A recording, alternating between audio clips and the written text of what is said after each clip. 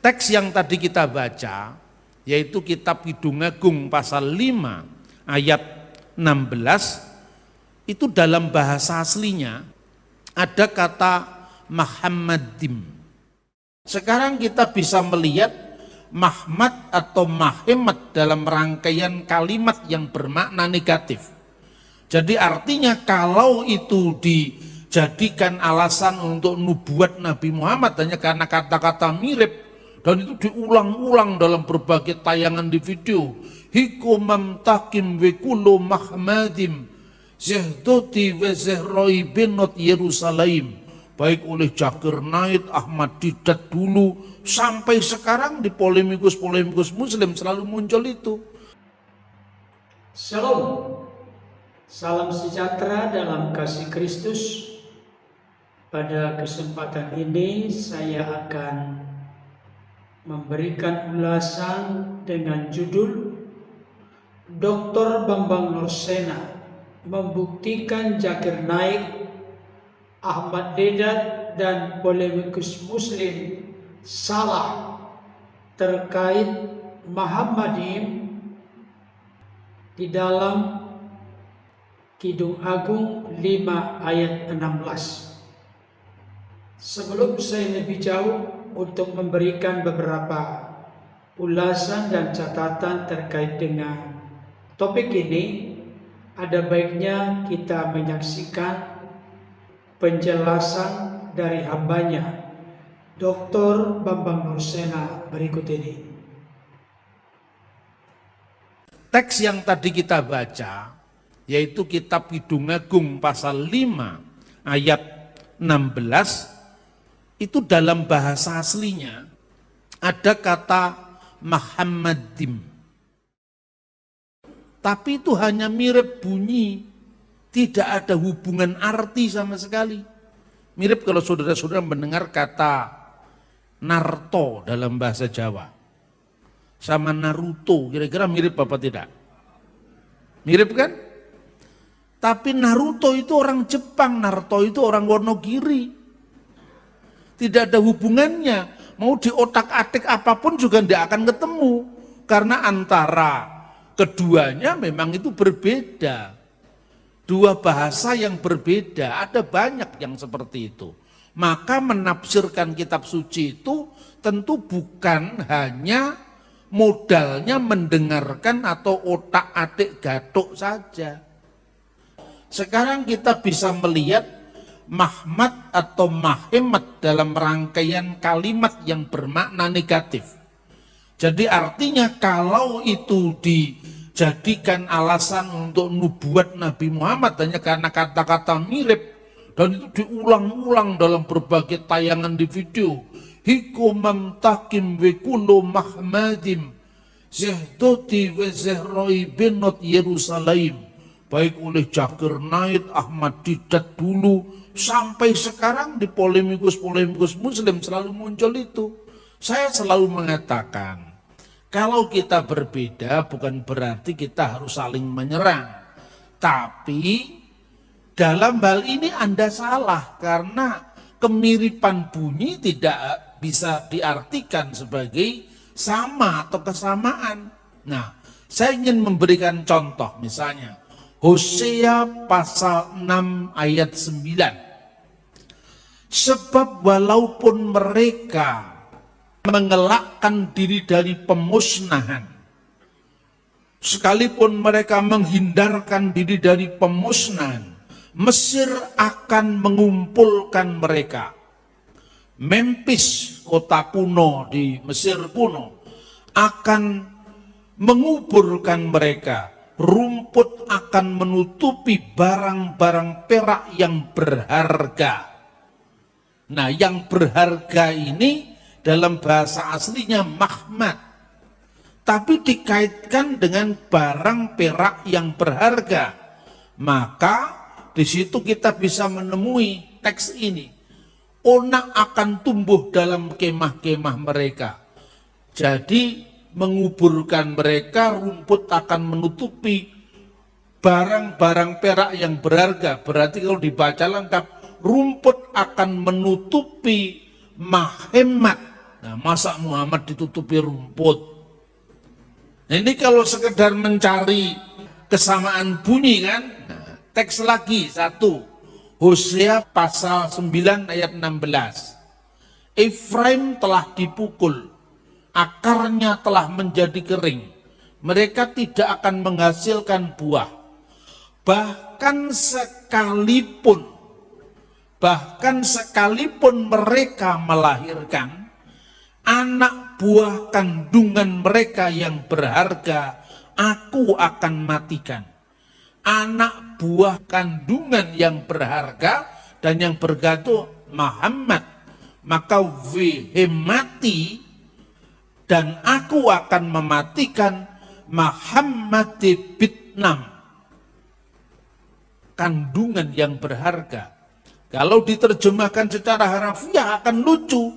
Kalau Muhammad sih dipakai untuk membuktikan kenabian Muhammad. Bahkan sekalipun mereka melahirkan anak, Muhammad Bitnam, aku akan mematikannya. Masa Muhammad akan dibunuh? Kan ya enggak kok.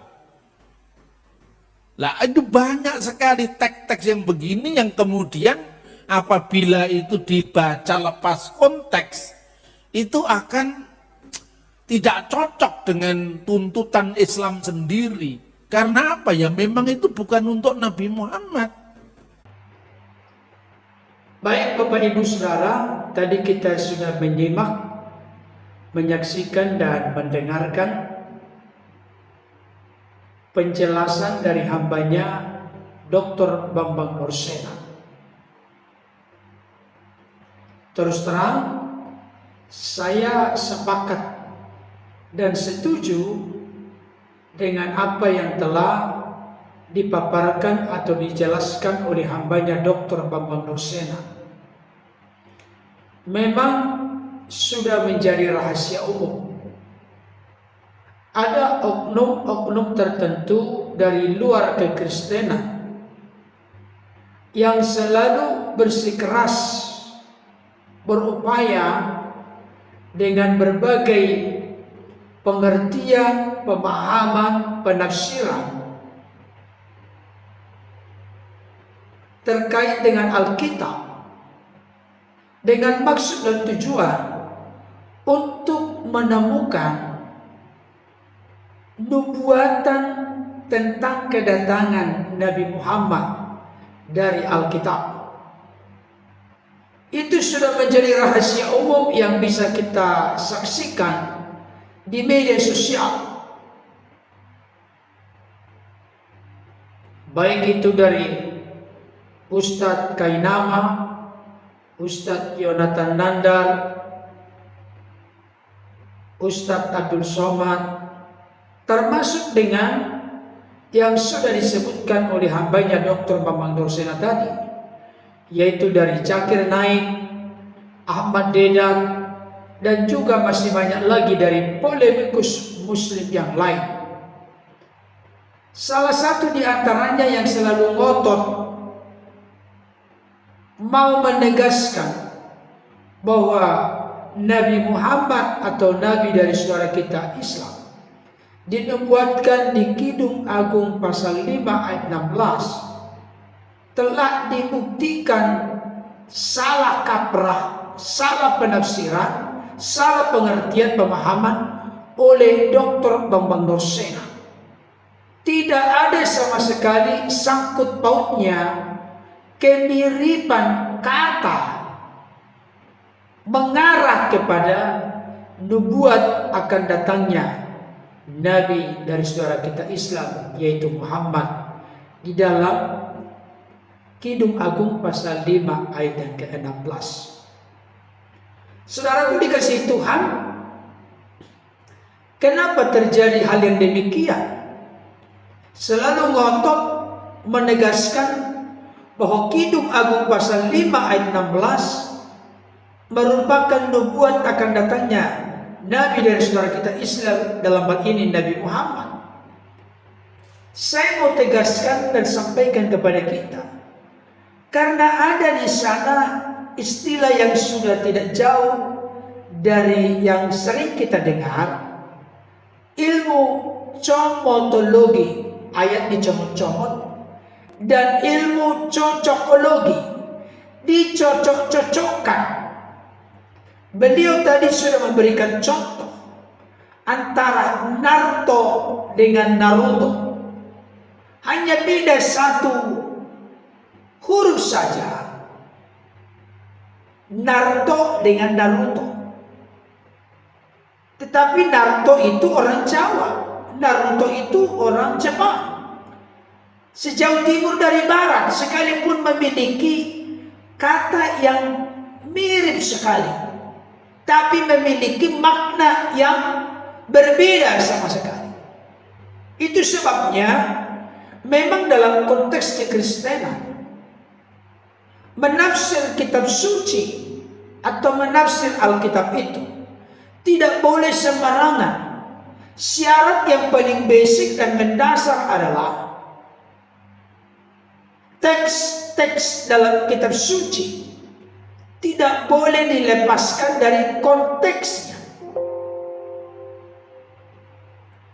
Tidak boleh dilepaskan dari konteksnya. Misalnya, Kidung Agung pasal 5 ayat yang ke-16.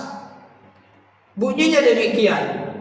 Kata-katanya manis semata-mata, segala sesuatu padanya menarik. Demikianlah kekasihku, demikianlah temanku, hai putri-putri Yerusalem. Kalau kita mengartikan ayat ini lepas dari konteks, maka kelihatannya sepertinya apa yang dipahami oleh Zakir Naik, Ahmad Dedan, polemikus Muslim seperti Ustadz Kainama, Ustadz Yonatan Nandar, Ustadz Abdul Somad, dan masih banyak lagi yang lain, kelihatannya benar. Tapi kalau kita melihat dari konteksnya, di sini disebutkan dari ayat 9 sampai 16 itu terkait dengan bagaimana mempelai perempuan memuji mempelai laki-laki di hadapan putri-putri Yerusalem. Tidak ada sama sekali sangkut pautnya dengan nubuat datangnya Nabi Muhammad, Nabi dan saudara kita Islam. Ini hanya bisa diartikan secara teks, tidak lepas dengan konteks, atau teks sesuai dengan konteks. Ini hanya merupakan pujian dari mempelai perempuan kepada mempelai laki-laki di hadapan putri-putri Yerusalem. Tidak bisa diartikan lebih daripada itu. Dan nanti dalam konteks kekristenan, pujian dari mempelai perempuan kepada mempelai laki-laki secara lebih luas, konteks Yahudi, konteks perjanjian lama, ini memberikan gambaran relasi hubungan antara bangsa Israel sebagai umat Allah dengan Tuhan. Jadi adanya relasi hubungan antara bangsa Israel dengan Tuhan. Konteks perjanjian baru antara gereja jemaat Tuhan dengan Kristus sebagai kepala gereja. Hanya bisa diartikan dalam konteks itu, tidak kemana-mana, bukan nubuat datangnya nabi lain. Itu super ngawur, itu salah dan keliru, itu memaksakan kehendak. Lagian juga yang berikutnya yang perlu kita mengerti dan pahami ketika mendalami Alkitab, jangan memakai prinsip eisegese. Eisegese artinya sudah ada dulu konklusi kesimpulan yang kita ambil di pikiran kita, baru kita ambil comot-comot ayat-ayat yang sesuai dengan apa yang telah kita simpulkan di pikiran kita. Itu akan menjadi ngawur, akan menjadi keliru dan salah, dan bisa menyesatkan. Yang benar dalam konteks Kristenan adalah bagaimana yang diterapkan itu eksegesi. Eksegesi artinya kita mencoba mendekati Alkitab itu apa adanya, mengizinkan membiarkan Alkitab itu berbicara apa adanya. Jangan sudah ada dulu kesimpulan awal di diri kita, di pikiran kita kutip ayat-ayat yang mendukung apa yang kita simpulkan di pikiran kita. Itu keliru. Kita harus biarkan teks itu berbicara apa adanya. Apa artinya terkait dengan teks di dalam konteks. Apa maksud dan tujuan penulis. Karena penulis ini memiliki maksud dan tujuan di dalam menuliskan kitab-kitab dalam Alkitab, tentunya atas tuntunan pimpinan Roh Kudus. Ini yang perlu kita mengerti dan pahami. Oleh karena itu, memang sudah ada perbedaan di antara saudara kita Islam dan Kristen. Dan tidak boleh mengutip-ngutip ayat-ayat kitab suci Alkitab demi mencari-cari nubuatan tentang datangnya Nabi dari saudara kita Islam.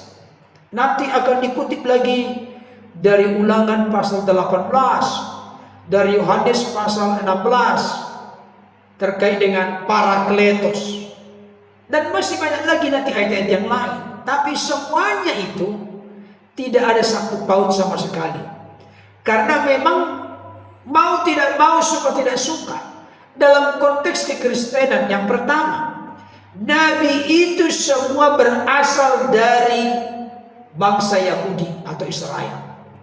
Termasuk juga keselamatan itu datangnya dari bangsa Yahudi, karena Yesus itu orang Yahudi dalam konteks eksistensi keberadaan sebagai manusia.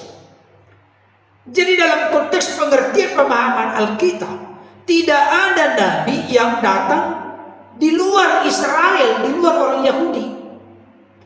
Memang dalam konteks Alkitab, doktrin ajaran kekristenan, dalam konteks iman Kristen, sudah ditegaskan setegas-tegasnya, sejelas-jelasnya. Kalaupun ada nabi yang datang sesudah Yesus, itu adalah nabi-nabi palsu. Itu sudah ditegaskan oleh Yesus di dalam Matius pasal 7 ayat 15 sampai 23. Demikian juga di dalam Matius 24 akan datang Mesias palsu dan nabi-nabi palsu setelah Yesus. Tidak ada lagi. Kalau nubuat akan datangnya nabi-nabi palsu, iya. Tapi menubuatkan datangnya nabi yang benar dalam konteks Kristenan tidak ada lagi. Apalagi nanti kalau kita membaca di dalam Ibrani pasal 1 ayat 1 sampai ayat yang kedua, dikatakan demikian. Setelah pada zaman dahulu Allah berulang kali dan dalam berbagai cara berbicara kepada nenek moyang kita dengan perantaraan nabi-nabi. Jadi pada zaman dahulu, pada zaman perjanjian lama, Allah berbicara kepada umat Israel dengan perantaraan nabi-nabi. Allah menyampaikan firman-Nya kepada umatnya melalui nabi. Maka pada zaman akhir ini Ia telah berbicara kepada kita dengan perantaraan anaknya yang telah Ia tetapkan sebagai yang berhak menerima segala yang ada. Oleh Dia Allah telah menjadikan alam semesta. Jadi zaman dahulu dengan perantaraan nabi-nabi Allah berbicara dengan berbagai cara kepada umatnya. Zaman akhir artinya ini penutup risalah penyataan, penutup risalah kenabian adalah Yesus. Puncaknya ada dalam diri Yesus. Makanya dalam konteks kekristenan, Yesus itu tidak hanya dipahami sebagai Tuhan dan Juru Selamat, tapi juga sebagai Nabi, Imam, dan Raja. Makanya kalau dalam perjanjian lama ada tanda petik Mesias, tapi dalam perjanjian baru ada yang namanya Ha-Mesias atau Mesias dari segala Mesias, karena memang Yesus itu sebagai Nabi, Imam, Raja. Kita tahu di perjanjian lama Nabi, Imam, Raja itu diurapi. Mesias artinya diurapi, atau Kristus artinya diurapi. Jadi puncak dari kenabian, puncak dari risalah pewahyuan, penyataan Allah itu ada di dalam diri Yesus. Setelah Yesus tidak ada lagi. Nangkap maksudnya ya? Oleh karena itu, ya memang sudah berbeda satu dengan yang lain. Tapi apa yang disampaikan oleh Dr. Bambang Nursena, kalau kita berbeda bukan berarti tidak bisa bersama-sama atau bekerja sama. Yang penting jangan saling menyerang. Kemiripan bunyi tidak bisa diartikan sebagai sama atau kesamaan. Kemiripan bunyi tidak boleh langsung diartikan bahwa itu menunjuk atau merujuk kepada hal yang sama. Seperti yang sudah dijelaskan oleh hambanya Dr. Bambang Nursena tadi, antara Naruto dengan Narto. Kedengarannya mirip, hanya satu huruf saja perbedaan, tapi artinya sejauh timur dari barat. Jadi seperti disampaikan oleh hambanya Dr. Bambang Nursena, dibaca lepas konteks akan menjadi tidak cocok dengan apa yang menjadi harapan dan kerinduan dari saudara kita Islam atau Muslim itu sendiri. Jadi kalau dibaca lepas dari konteks, kelihatannya akan bisa memperjuangkan bahwa Nabi saudara kita Islam Muhammad ada dinubuatkan di Alkitab. Tapi kalau kita melihat konteksnya dan kita melihat ketika itu terkait dengan nubuatan seperti Ulangan 18, ternyata tidak cocok kepada Nabi saudara kita Islam Muhammad, tapi penggenapannya ada dalam diri Yesus. Kiranya ulasan praktis ini dapat menjadi berkat bagi kita. Tuhan Yesus menolong kita untuk senantiasa berjalan dan hidup dalam kebenarannya. Amin.